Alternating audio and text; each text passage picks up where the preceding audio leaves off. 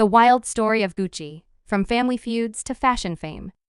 Gucci is one of the most famous fashion brands in the world today, worth around $22.6 billion. But behind all the luxury and fame is a dark and dramatic story full of family fights, court battles, betrayal, and even murder.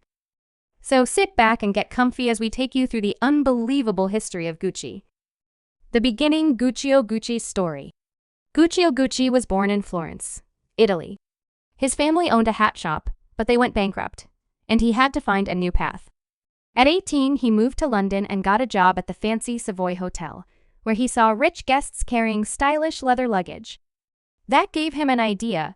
What if he created high-end leather goods for the wealthy? He returned to Italy, learned everything he could about leather, and eventually opened his first store in 1921 in Florence. At first, he just imported leather products, but soon customers wanted custom, handmade bags and shoes, so he opened a workshop and hired a small team. But he struggled financially and had to borrow money from his son-in-law to keep going. Eventually, his three sons, Aldo, Rodolfo, and Vasco, helped him grow the business, growing the brand the second generation. Guccio's sons had bigger dreams. They pushed to open a second store in Rome, and it was a hit, especially during WWII, when soldiers wanted to buy gifts to send home. By the 1950s, Gucci opened a third store in Milan and then expanded to New York in 1953. Tragically, Guccio died just 2 weeks after the New York store opened. He left the company to his sons, but left his daughter out of the will, even though her husband's loan had helped save the business. This started years of family legal drama. Despite the tension, the brand kept growing. Gucci opened in Hong Kong and launched perfumes and more products. The company became a true global luxury brand still fully owned by the Gucci family. Family fights. The third generation. Aldo had 3 sons, Giorgio, Roberto, and Paolo. He gave them small parts of the company. Rodolfo didn't give any shares to his son, Maurizio, while he was alive. Things got messier when Maurizio married Patrizia Reggiani, a woman known for loving money and luxury. Rodolfo didn't approve of her and refused to give Maurizio any ownership.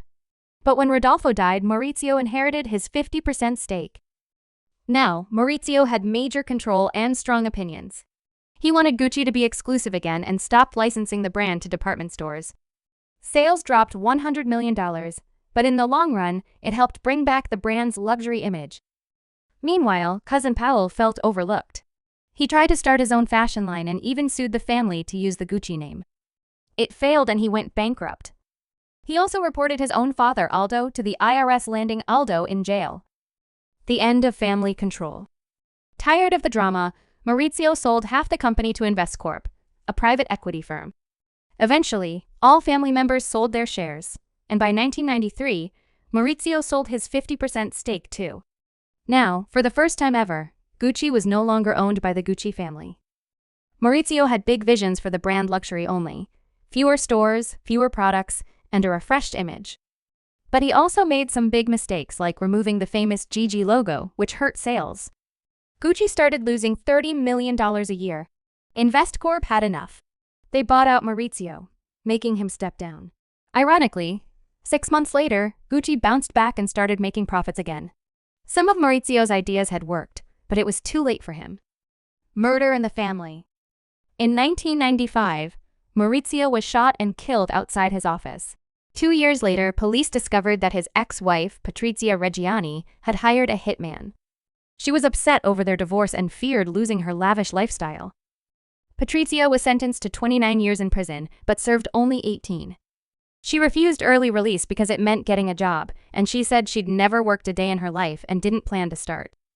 A new era from Tom Ford to today. After the murder, Gucci entered a new phase. The brand made a huge comeback after hiring Tom Ford as creative director. Sales doubled in just 1 year. Gucci went public and investors made billions. Later, the company became part of the Kering Group, which also owns Balenciaga and Alexander McQueen. Gucci now has over 500 stores and 50 million Instagram followers. Even though the Gucci family is no longer involved, the brand is more popular than ever, helped in part by the House of Gucci movie, even if the family didn't like how they were portrayed.